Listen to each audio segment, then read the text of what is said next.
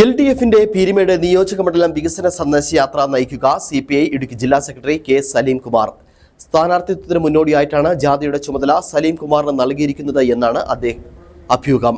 സംസ്ഥാനത്തെ LDFിന്റെ പക്കലുള്ള മണ്ഡലങ്ങളിൽ അതാത് MLAമാരും മറ്റിടങ്ങളിൽ സ്ഥാനാർത്ഥികളാകാൻ സാധ്യതയുള്ളവരുമാണ് ജാഥ നയിക്കുന്നത് എന്നാണ് ചർച്ചയ്ക്ക് വഴിവെച്ചിരിക്കുന്നത്.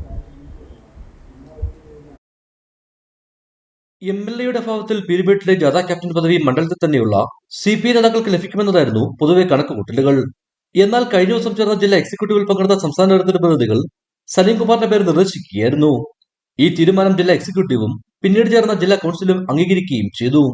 വാഴൂർ സോമൻ MLAയുടെ വിയോഗത്തിന് ശേഷം അടുത്ത തെരഞ്ഞെടുപ്പിലെ പാർട്ടി സ്ഥാനാർത്ഥിയെ സംബന്ധിച്ച് നടന്ന ചർച്ചകളിൽ പ്രാദേശിക നേതാക്കൾക്കൊപ്പം ജില്ലാ സെക്രട്ടറി പേരും ഇടം പിടിച്ചിരുന്നു.